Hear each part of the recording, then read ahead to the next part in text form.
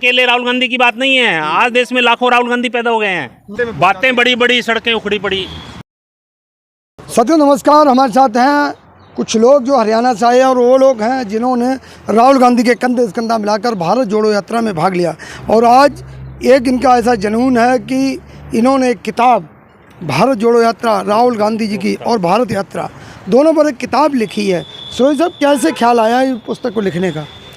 कि जब देश में अमन शांति की बात हो रही हो, भाईचारा की बात हो रही हो और नफरत को मिटाने की बात हो रही हो, तो हमारी भी कलम चल निकली।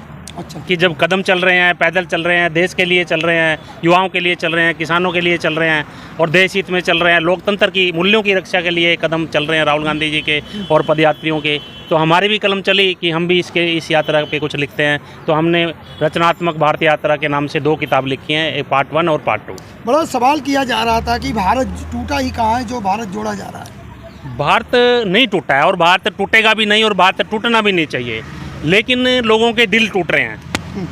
लोगों के दिल टूट रहे हैं इन बात से कि हिंदू मुस्लिम क्यों किया जा रहा है। लोगों के दिल टूट रहे हैं इस बात से कि हिंदू सिख क्यों किया जा रहा है। लोगों के दिल टूट रहे हैं इस बात से हिंदू ईसाई क्यों किया जा रहा है। जब हिंदू मुस्लिम सिख ईसाई एक हैं तो ये अलग अलग धर्म का और अलग अलग एजेंडा क्यों चल रहा है।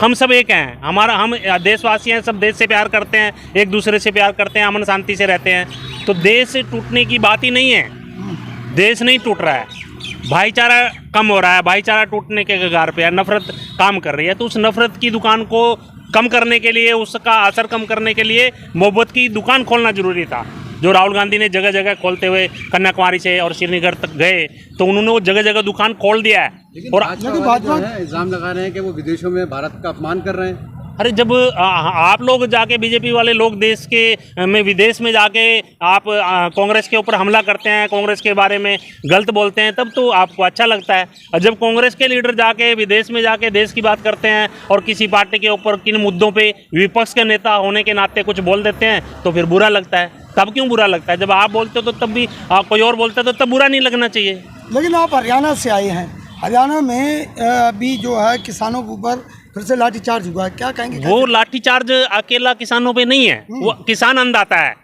वो लाठीचार्ज गरीब पर भी है। क्यों? गरीब किसान के खेत में काम करता है, अकेला किसान पर लाठी नहीं चली है, वो गरीब पर भी चली है, वो महिलाओं पर भी चली है। क्यों? महिलाएं अन्न खाती हैं सब और किसान उसमें अन्नदाता है। युवाओं पे चली है, युवा भी किसान से जुड़ा हुआ है। आप बाकी कौन रह गया जब कि आप इस तरह से लाठी चलाएंगे किसान के ऊपर? उनकी बात सुनो, लोकतंत्र है भाई, लोकतंत्र में कोई भी बोल सकता है, अपनी बात उठा सकता है। आप ऐसे कैसे अत्याचार कर सकते हैं किसी के ऊपर भी? लेकिन मनोहर लाल खट्टर जी का एक दावा था कि एक एक आदमी की सुनी जाएगी, किसी को कोई परेशानी हो तो हम बैठे हुए हैं। तो यहाँ सुनने वाला कोई नहीं है, ये सुनाने वाले हैं कि या तो आप आंदोलन बंद कर दो, नहीं तो फिर लाठीचार्ज है। यहाँ सुनने वाला नहीं है। बात बोलते हैं ना, हम देश सेवा कर रहे हैं, बोलते हैं हमने 9 साल जो है देश की सेवा करी है, देश का विकास किया है और देश को विश्वगुरु बनाया। हाँ, ये बड़ी अच्छी बात पूछी आपने। तो देश की, जब आप देश की सेवा की बात करते हैं तो गरीब के घर से सिलेंडर क्यों गायब हो रहा है? अच्छा, आप देश की बात कर रहे हैं तो गरीब के घर से चूल्हे से रोटी क्यों गायब हो रही है? आप देश की बात कर रहे हैं तो देश का युवा विदेश में क्यों भाग रहा है? वहाँ राशन देने की बात हो रही है। राशन देना, राशन में तो यहाँ तो हरियाणा में तो आईडी बनती है रोज। कहीं प्रॉपर्टी आईडी बन रही है, कहीं फैमिली आईडी बन रही है, कहीं इनकम आईडी बन रही है। तो गरीब आदमी बेचारा सड़कों पे घूम रहा है, उसको लेके किसानों को जाके देखिए ना, गरीब खुश है। जनता लगातार मोदी कर रही है, मोदी की बड़ाइयां कर रही है। हाँ, वो कुछ लोग ऐसे हैं, कुछ मीडिया के लोग हैं, कुछ दूसरे लोग हैं, ऐसे प्रोपगंडा किया जा रहा है। उनके घरों में जाके देखो ना कि उनको हो क्या रहा है। युवाओं से पूछो ना, भाई आप विदेश में क्यों जा रहे हैं? तो युवा बात करता है कि हमारे देश में क्या करें सर, यहाँ हमारे अपना भविष्य तलाशने के लिए कोई नजर नहीं आ रहा है। अरे डबल इंजन की सरकार है, खट्टर साहब ने, मोदी साहब ने विकास बहुत किया हरियाणा में। हाँ, विकास बताइए तो ना, कोई आप बता तो देश को गिनवाइए ना, देश के युवाओं को बताइए ना। हरियाणा की चाहे पूरे देश में कहीं सड़कें देख लीजिए, चकाचक सड़कें हो गई हैं। आप जहाँ 5 घंटे में पहुँचते थे 3 घंटे में। बातें बड़ी बड़ी, सड़कें उखड़ी पड़ी। अच्छा, आप जाइए ना हरियाणा में, ग्रामीण में जाइए ना। आप करनाल में, आप सीएम साहब की बात कर रहे हैं, आप करनाल में जाइए ना, विजिट करिए ना। आप अंदर की गलियों में बिना बताए घूमिए, आपको पता चलेगा। आपका करनाल के आसपास के एरिया में जाइए आप, तो पता चलेगा क्या है। ये लोकतंत्र है भाई, लोकतंत्र में आप आवाज नहीं दबा सकते। कितने पूरे देश की क्या आपके हिसाब से क्या मोदी सरकार काम नहीं कर रही? क्या काम नहीं हो रहा है? काम देश से पूछिए आप। युवाओं के, ग्रामीण महिलाओं से जाके पूछिए, किसानों से पूछिए, गरीब लोगों से पूछिए, युवाओं से पूछिए, वो बताएंगे कि असलियत क्या है देश की। जनता को क्या जवाब देंगे जो मोदी की बातों के लिए हमेशा गुणगान करती है और मोदी जी के लिए गुणगान करने के साथ साथ और बड़ाइयाँ भी करती है कि जय हो मोदी। वो कम हो रहा है, वो कम हो रहा है, समझ में आ रहा है लोगों के समझ में आ रहा है हाँ। कि हिंदू मुस्लिम में उलझा के आप देश लंबे समय तक किसी को सच्चाई को छुपाया नहीं जा सकता। अच्छा, सच्चाई जो है हमेशा ऊपर आएगी और वो आ रही है। अब भारत जोड़ो यात्रा के बाद सच्चाई आ रही है। राहुल गांधी जी की भी तो छवि खराब की जा रही थी, आज क्यों लोग उसके बारे में ठीक बोल रहे हैं, क्यों समझ रहे हैं उसके बारे में? बात सुनने के लिए 4-4 बजे 5-5 बजे लाइन क्यों लग रही थी, बच्चों की, महिलाओं की, बहनों की, भाइयों की? तो लोग सुनने के लिए 4-4 बजे, इतनी सर्दी में अपना काम छोड़ना तो 4 बजे नहीं करेगा बंदा, बोलेगा यार 8 बजे कर लेंगे, 9 बजे आ जाएंगे, सर्दी बहुत है। भाजपा कह रही है कि मोदी सरकार के 9 साल बेमिसाल। हाँ, वो तो बेमिसाल किस महंगाई के लिए बेमिसाल है 9 साल, महंगाई के लिए बेमिसाल हैं, बेरोजगारी के लिए बेमिसाल हैं। बिल्कुल सही कह रहे हैं, बेमिसाल हैं। तो बढ़िया आप बोल रहे हैं, लेकिन मेहनताना भी तो लोगों को बढ़ाया है। किस चीज का मेहनताना? अरे नौकरी नहीं है, नौकरी नहीं है लोगों के पास। किस बात का आप मेहनताने की बात कर रहे हैं? कौन से मेहनताने की बात कर रहे हैं?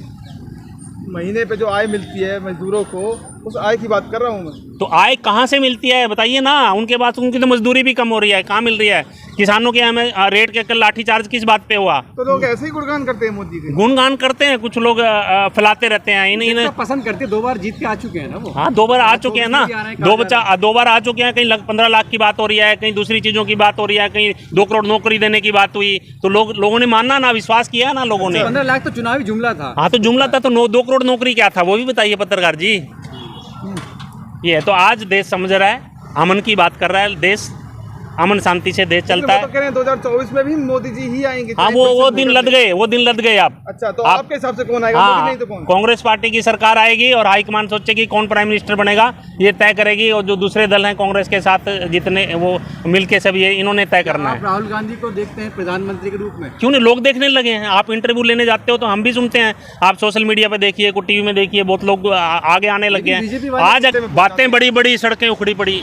कांग्रेस आ रही है और जनता लेके आ रही है। अकेले राहुल गांधी की बात नहीं है, आज देश में लाखों राहुल गांधी पैदा हो गए हैं। लेकिन बीजेपी आप किन को दबाएंगे, किन को जेल में डालेंगे, किस पे केस करेंगे? जो राहुल गांधी सड़कों पे आके बोल रहे हैं, उनकी भी सदस्यता खत्म करोगे? उनकी सदस्यता तो है ही नहीं भाई, तो उनकी भी सदस्यता खत्म नहीं होती तो वो डरेंगे क्या? वो आएंगे सड़कों पे, आ रहे हैं लोग। क्या कहना चाहते हो? जनता जागरूक हो गई है? जनता जागरूक हो गई है और जागेगी। अभी कर्नाटका में जाग गई है, अभी छत्तीसगढ़ में जागने वाली है, राजस्थान में जागने वाली है, अभी हरियाणा में जागने वाली है। कहा जा रहा है तो लॉलीपॉप है, 24 तो उन्हीं का है। हाँ, 24 कहाँ से आएगा? 500 रुपए का सिलेंडर राजस्थान में मिल रहा है, जाइए पूछिए लोगों से। मेरा एक सवाल है, जब भाजपा की सरकार बनती है तो आप जैसे लोग आते हैं, कहते हैं ईवीएम का खेल है, और जहाँ कांग्रेस की सरकार बन जाती है वहाँ ईवीएम का खेल नहीं होता क्या?